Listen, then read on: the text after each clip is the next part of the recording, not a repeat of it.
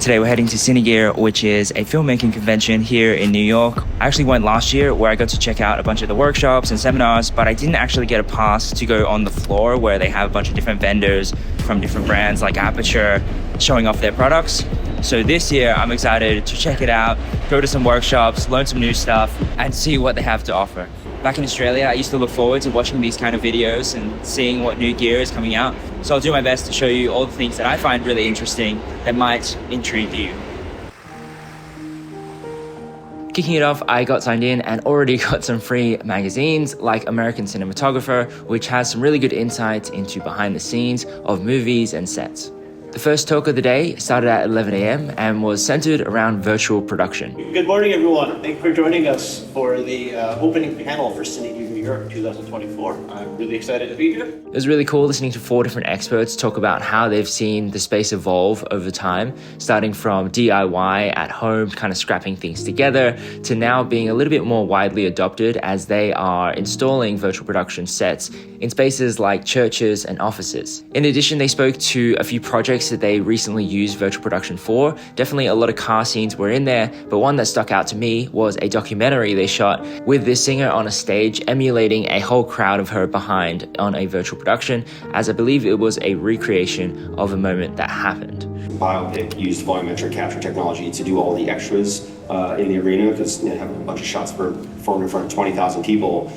Shooting that practically with 20,000 extras is very difficult and expensive, so it becomes applicable there. I think virtual production is here to stay, and as you saw from my previous video, I'm excited to try test it out and get a little bit more involved in the space. Before checking out all the gear that is to come, I did check out another workshop which they had on documentary filmmaking. This panel was filled with 3 cinematographers who were actually one of the first members to join the ASC, American Society of Cinematographers, in documentary. So these guys go way back, and it was really interesting to kind of hear their insights and even their perspective on constantly learning. Since they are a little bit older, they don't really understand gimbals and drones as much as the younger creators do, so it's great to see that they are still open to learning, even though they've been in the space for quite some time.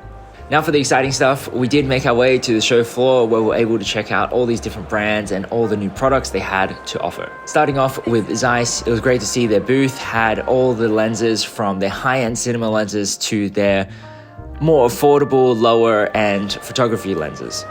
We got to check out their new Nano Prime cinema lenses, which I was blown away with how sharp they actually were. They had it set up on a Sony Burano, which is the new cinema camera from Sony, and that was actually a common thread throughout the whole trade show floor. There was quite a few Buranos, even though it is such a hard camera to get your hands on. So the radiance variation of the Supremes is a different flavor. Zeiss also was showing off their Supreme Prime lenses in the Radiance versions, which gives this really pronounced lens flare.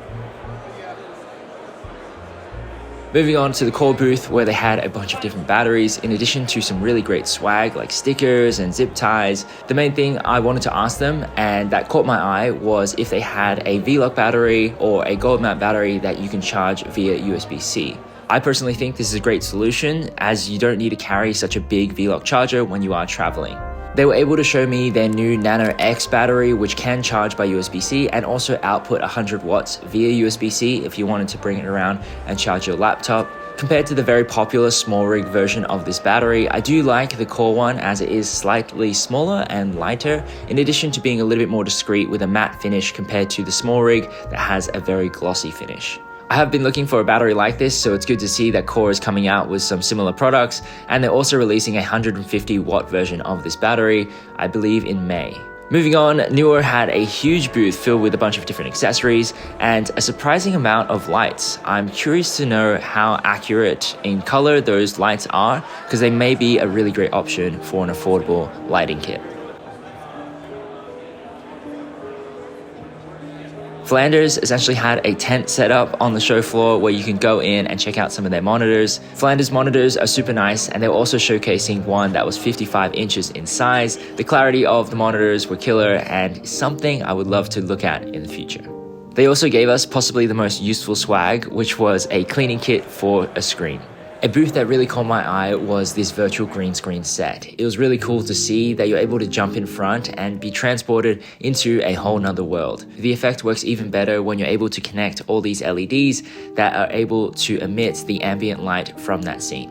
The rep was super knowledgeable and was able to run me through how it all worked, running through a pretty high-end computer connected to the camera, real-time rotoscoping you out, and playing a scene from Unreal Engine in this software called Live Effects. Live Effects is the place where you're able to connect all the different lights and pixel map them to where you want them.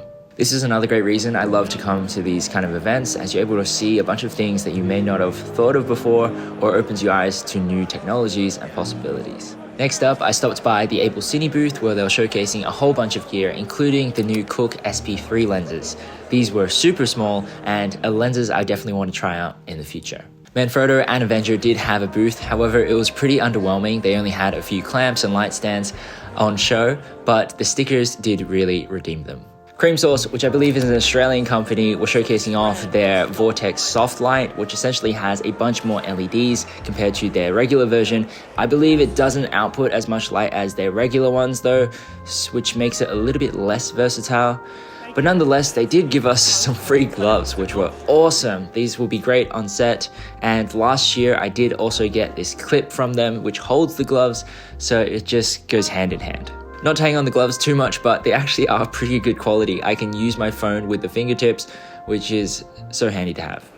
In addition to the Burano as a common thread around the show floor, one thing I did see a lot of was big fixtures, from Nanlite to Aperture, and I believe even Godox. Another booth that caught my eye that I thought was pretty interesting and peculiar was this company called Infinity. From what I could gather, they are a microscope company that has made an adapter where you can put the microscope lenses on your camera. This could be really great for macro. They did have a few examples, very Oppenheimer-esque on an iPad, showcasing how close they could actually get, in addition to this waterproof lens, very similar to the Laowa probe lens. We did stop by the B&H booth where we met some great people, in addition to snagging a free hat. Fortunately, we made it to them on the Friday because they do take the Saturday off, so they weren't there on Saturday. As you could probably tell, virtual production was a common thread through the whole convention, and this company called 4Wall had a LED volume set up connected to this camera on a slider. As it was going back and forth, it was really cool to see the realistic depth that the LED volume could give off. I was about to put my spoon on the floor, that's crazy. Dude, I'm so hungry. What's the highlight? I thought the Zeiss was cool. Getting to see lenses. Cream Sauce was awesome. The documentary thing wasn't a highlight? I don't think it was a highlight. I think it was like cool to see, cool to know. Yeah. Yeah, actually recording. Yeah. Day 2 started a little earlier at 10 a.m. where we attended a cinematography talk. This one was really cool. The panel was filled with DPs and camera operators that have worked on TV shows and movies, and it was really cool to see them bring in some of their scenes that they've made and then also talk about how they actually shot it and breaking them down into what even led them to shooting it like this. It sort of sets the tone, at least in the mind of the director, for this notion that we can do these whole things in one big swath, and you get the feeling of the story, but you also get through for instance, production design, you get the sense of color that's going to be involved in the film, as well as that sense of camera movement. Beyond that, they spoke to the politics of what it's like to be a DP or camera operator when you know you have an awesome shot, a perfect take, and when you finally see the film, it's all cut up and misplaced and demolished essentially. And it was really interesting just to hear their perspective on the balance of each role. One practical takeaway I got out of it was hearing this cinematographer talk about how he tries to give an expectation to the crew, such as director and producer, of how many takes this one shot is going to take. So that way it diffuses some potential stress and just increases communication. I think I could do a better job of that when I'm on set.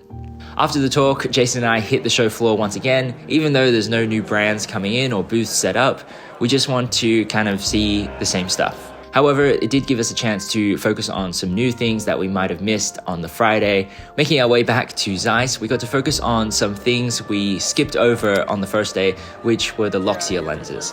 Working in a camera shop previously, I used to love playing with these lenses as they're all manual, E-mounts, and really great build quality. But it was also great to see the native gear ring you can actually buy for it, so that way there's no seams, it goes all the way around, and just how great the build quality was. I could see these lenses being a great single operator lens, especially if you're shooting a documentary and you don't need such a big focus throw, but you want a pretty decent focus ring. This was really nice. I personally would love to try them out in the future. Another benefit of checking out the Zeiss booth once again was that we got a really cool keychain.